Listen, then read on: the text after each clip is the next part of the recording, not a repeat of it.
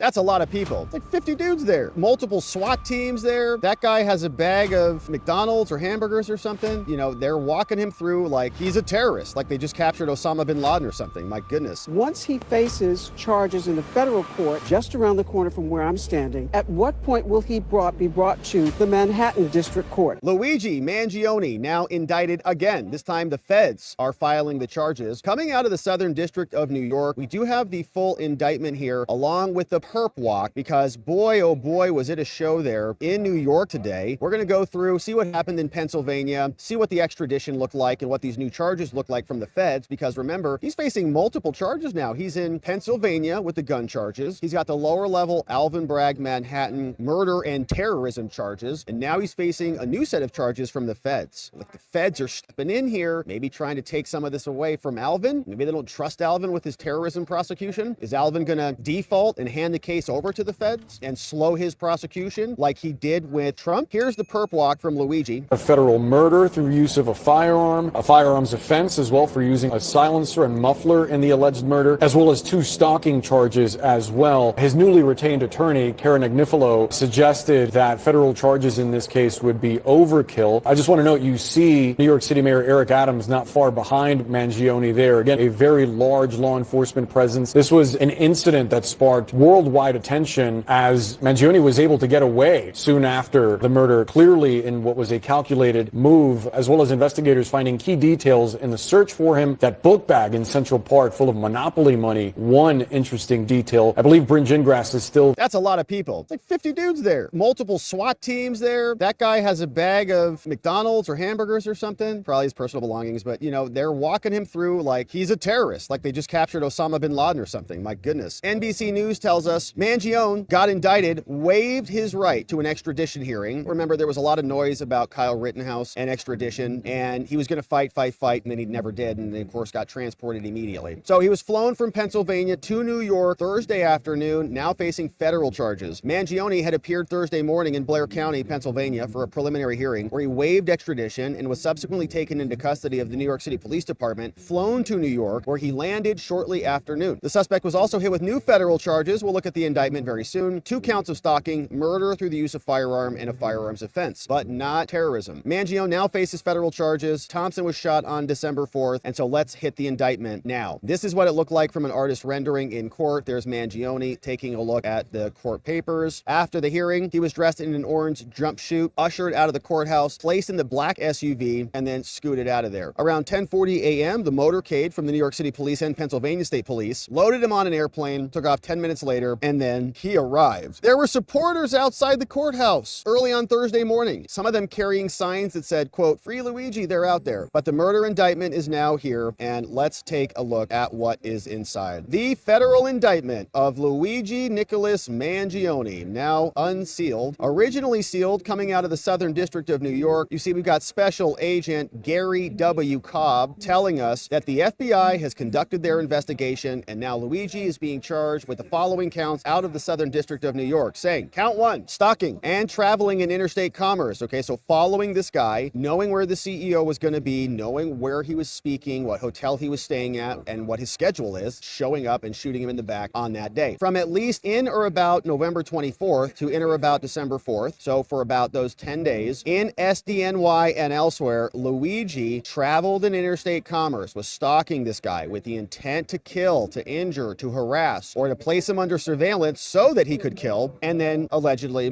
did that. Then traveled there from Georgia to New York for the very purpose of stalking and eliminating Brian Thompson. And while he was in New York, he did do the thing. He shot and eliminated him at that location. Count 1. Count 2 also shows us stalking, using interstate facilities in order to do it. So one is traveling in commerce, the other is using facilities to get it done. What did he do? He used electronic communication systems, an electronic communication system service, and facilities of interstate commerce. What were those things? He used a cell phone, he used interstate wires, he used interstate highways, and he used the internet to plan and to eliminate the CEO. Now, on or about December 4th, we get count 3. This is the actual murder charge using the firearm. On December 4th, during and in relation to crimes of violence for which he may be prosecuted, the stalking offenses, he knowingly and in furtherance of a crime possessed a firearm and in the course of the crime caused the death of another using the firearm, that is called murder. Count 3. Count 4 is a firearm offense, saying that he knowingly used and carried a firearm in furtherance of a crime. That was a firearm. It was brandished. It was a firearm with a silencer and a muffler on there. And firearm muffler is what they say. And so the FBI tells us this is the detail, this is the affidavit that supports that series of criminal charges. So those are the charges. Here's the explanation. Since I'm a special agent for the FBI and I'm assigned to the FBI Violent Crimes Task Force, I have been personally involved in the investigation of this matter. This affidavit is based upon my conversations with other law enforcement officers, my examination of documents obtained through a court-authorized search warrant, my review of documents prepared by others, security camera video, and my involvement in this investigation. Now, because this affidavit is being submitted for the limited purpose of establishing probable cause, it does not include all the facts that I've learned during the course of my investigation. And so there will be more to come, no doubt. This is only to get us past that initial filing. Now, based on my participation and in my investigation, my conversations with other law enforcement officers, my review of documents, and more, I've learned the following things. Special Agent of the FBI says, on December 4th, 2024 at 6:45 a.m., Brian Thompson, CEO of Healthcare Company 1, was shot and killed by a masked assailant called the Shooter while walking toward a hotel in Midtown Manhattan, where Company 1 investor was at a conference that was scheduled to begin at 8 a.m. Now, as discussed below, the shooter was later identified to be Luigi Mangione, the defendant. How did we identify him? Well, security camera video showed the shooter, who was wearing a gray backpack called the Gray Backpack, came from between two parked cars, walk up behind the victim, shoot the victim in the leg, and back outside the hotel entrance. The firearm the shooter used appeared to have a sound suppressing device or a silencer, and here's a still image that was captured that's provided below. And we were paying close attention to this because the photos don't match the backpack and the jacket. That is one photo that we've seen many times. Now, law enforcement personnel who responded to the scene of the shooting recovered, among other items, spent 9mm shell casings, at least one round of live 9mm ammunition. The words "deny, delay, and depose" were written on the side of some of them. Responding law enforcement personnel also recovered a cell phone in the vicinity where the shooting had occurred. So a couple bullets that were spent and one that was not. Now, based on my participation in this investigation, the FBI says, my conversations with other law enforcement officers, my examination of the documents, a court-authorized search warrant, my review of the documents, my review of the security camera footage, I know that over the course of the next several days, investigators retrieved and reviewed hundreds of hours of recordings from nearby security cameras to track the shooter's movements both before and after the murder. And from that review, investigators were able to form the following timeline of the shooter's movements from November 24th, including up to December 4th. Here is the timeline. On November 24th at 10:11 p.m., the shooter arrived in New York City on a bus, got there into Manhattan. The bus came from Atlanta, Georgia, Fannyland. The shooter took a taxi to the area around the Midtown Hotel, stayed for an hour, took another taxi to a hostel located in Upper West Side of Manhattan. The shooter then registered at the hostel under the name Mark Rosario, gave him a fake ID that looked like the following. Mark Rosario, looks like it's his actual photo, and a pretty good fake. When the shooter was checking in at the hostel, the desk clerk asked the shooter to remove his mask, which he did, revealing his face to the security camera as shown below. And from those photos, that woman at McDonald's identified the guy. Incredible. Other than this interaction with the desk clerk, the shooter consistently kept his mask on throughout his time in New York, including while at the hostel. And of course, that backpack is not gray looking at all, and that jacket has two pockets right in the front of it. So he has a separate jacket when he does the shooting, and he's got a separate backpack when he does the shooting. Let's see if they account for those, because that is not a gray backpack. That is a black backstrap. On December 4th at approximately 5:35 a.m., the shooter left the hostel wearing the gray backpack and rode an electric bicycle down Central Park to the hotel as shown below. Walking down, got that backpack on, which definitely looks gray, must have changed his jacket as well. At approximately 5:41 a.m., the shooter walked around the area of Midtown Hotel and at one point purchased items for the coffee shop nearby. The shooter then returned to a bench in the vicinity of the hotel. On at least one occasion prior to the murder, the shooter was using a cell phone. At 6:45 a.m., after waiting near the Midtown Hotel for 1 hour, the shooter saw and approached the victim, shot the victim multiple times, then fled on foot to West 55th Street, where the shooter mounted the electric bicycle and rode back again towards Central Park. After disappearing inside the park for a period of time, the shooter was captured on video again, exiting the park near West 77th Street and Central Park West, riding north on Central Park West. When he emerged from the park, the shooter was no longer carrying the gray backpack, as is shown below. So there he has the backpack on. Now he ditches the backpack. At 6:58, the security camera captured the shooter riding an electric bike near West 85th and Columbus. 2 minutes later, at 7 a.m., the shooter was captured on video walking near West 86th Street without the electric bicycle. Then at 7:04, the shooter entered a taxi that drove him to the George Washington bus terminal up to Upper Manhattan, and his face was captured at this time in the taxi. There you go. Looks right at the camera for you. At approximately 7:30 a.m., video footage from the George Washington bus terminal captured the shooter entering the facility. No video footage showed the shooter leaving the bus terminal, suggesting that the shooter left New York City at that time. Then on December 6, law enforcement searched Central Park. They found a matching gray backpack that he wore on the day of the shooting, which that looks like it matches the shooting backpack for sure, as we saw before. Then we see the arrest took place. Based on my participation, the FBI special agent says, and based on my conversations with other law enforcement officers, my examination of the documents, among other things, I know the following. On December 9th at 9:14 a.m., a worker at a fast food restaurant in Pennsylvania called the police about a male customer, later identified as Mangione. Incredible. The defendant, who the worker believed resembled photos of the shooter that had been broadcast all over the place. Members of the police showed up, responded. They encountered Mangione. They also thought, oh yeah, that's definitely the dude. When approached by responding officers and asked for identification, Mangione gave them his fake ID. He was later found to be in possession of a loaded 9mm pistol and a silencer, all consistent with the weapon that was used to eliminate the CEO. He also had clothing that matched the apparel that the shooter wore in the security camera videos, okay? So that jacket without the pockets, he had it. A notebook, the notebook, he had several thousands of dollars in cash. He had an envelope associated with an FDIC-insured bank and a letter addressed to the feds. The 9mm pistol and silencer were later tested. They were later found to be operable by the ballistics examiner from the New York City Police Department. Photographs of the firearm and the silencer recovered from Mangione are depicted below. The 9mm pistol and the silencer were later tested and found to be operable by the ballistics examiner, and here are photographs of what they've recovered below. So apparently that's the 3D printed firearm with the Glock magazine there, and he's also got some other stuff. That is going to be the silencer suppressor, and maybe he had some ammo in this little pack here. Don't know what he was doing, but that's what they've got. The notebook contained several hundred handwritten pages that express hostility towards the insurance industry and wealthy executives in particular, which is curious because he comes from a pretty wealthy family. For example, the notebook contained the following statements and entries that appear to correspond to particular dates. In one entry marked on 8/15, the notebook described how the details are finally coming together. I'm glad in a way that I've procrastinated because it allowed me to learn more about the acronym for Company One. The notebook entry also stated that the target is insurance because insurance, it checks every box. In another entry marked 10/22, October 22nd this year, the notebook said 1.5 months. This investor conference is a true windfall. And most importantly, the message becomes self-evident. Later on in the entry, the notebook describes an intent to whack the CEO of one of the insurance companies at its investors conference. As described above, October 22nd, it was 6 weeks before the date of the murder, which occurred on the date of United's investor conference. Now, the Fed's letter that was recovered from Mangione also stated, I wasn't working with anyone. This was fairly trivial. Some elementary social engineering, basic computer-aided design, a lot of patience. Based on my own research, I believe that CAD refers to computer-aided design. The Fed's letter also stated, P.S. You can check the serial numbers to verify this is all self-funded. These are funded off my own ATM withdrawals. So based on the above and a review of my photographs of the shooter and my review of the arrests, I respectfully submit that Mangione is the shooter who shot and killed the victim on December 4th. And additionally, the notebook entries, the Fed letter, the shooter's surveillance, and the shooter's use of counter-surveillance techniques and his escape all suggest that he took extensive efforts to identify the victim, to place the victim under surveillance, and track the victim's whereabouts in the time period leading up to the murder. Now, below are surveillance stills of the shooter and an arrest photograph of Mangione. And again, this is not a photograph of the shooter, right? This is a photograph of a person standing in a hostel. So we're asking also about the connection out of the hostel and to the scene. And I do think we have some of that. He registered there. He was checking in. He had an interaction. The shooter left the hostel, and they're saying that was him, right? That was Mangione who left there. And then that person is Mangione, according to this document. So they're wrapping this up. They say, these are the surveillance stills. Here's the shooter inside the taxi. But somebody else could have left that hostel, right? In other words, you could skip over over this set of photos. Somebody else could have left the hostel. This entire set of photos could be Mangione, no doubt about it, and he may have traveled around and done all the things, but we still got to make the connection that that is the shooter. All right, so that's the indictment, and what's interesting is that they're filing this right over top of Alvin Bragg's indictment. So in New York, of course, they've already indicted him for murder and terrorism. The feds are not indicting him for terrorism or anything like that. Part of this leads me to believe that they're nervous that maybe Alvin Bragg is going to botch this case, and they don't want this guy to get away with anything. And so the indictment is now out, and Mangione is in custody. His attorney is named Karen Friedman Agnifilo. She's one of the attorneys representing him, said that they are ready to fight these charges in whatever court that they're brought in. So the fight continues. She said the federal government's reported decision to pile on top of an already overcharged first-degree murder and state terror case is highly unusual, raises serious constitutional and statutory double jeopardy concerns. And so who is going to bend? Is Alvin Bragg going to default and defer this over to the federal government? This is kind of his big case. They just brought the mayor out. They were walking him down the street like this was a big Osama bin Laden get. Thanks to somebody calling in from McDonald's, they caught the guy. So here's the final report on what's happening over with Mangione. One was on the firearm and forgery charges, the other on his extradition. His lawyer spoke after the hearing and said they are preparing for the next phase of this case. Everything we did today was in his best interest. We're ready now to move forward and start defending these charges in New York and Pennsylvania.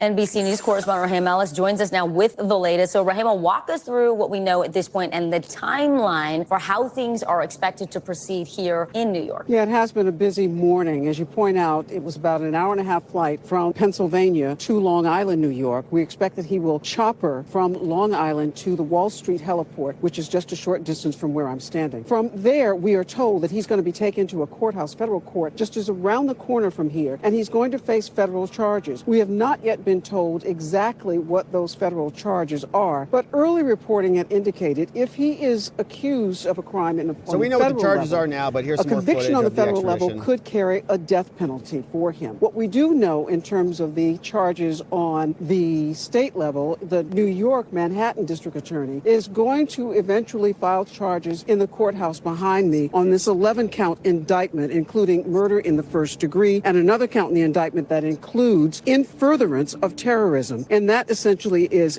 that he is saying that Mangione intended to invoke terror. Some are saying that this could be problematic because it's a very unusual application of a law that was allowed after 9/11. The question becomes one now of, once he faces charges in the federal court just around the corner from where I'm standing, at what point will he be brought to the Manhattan District Court? It could happen later today. Because Alvin Bragg has to prosecute his case too. And now we've got all these competing cases that are stepping over each other to try to get this guy. And so is Bragg going to buckle and hand this to the feds? We'll see. We're going to be here continuing to cover this one, my friends. Thank you for subscribing and joining as we do.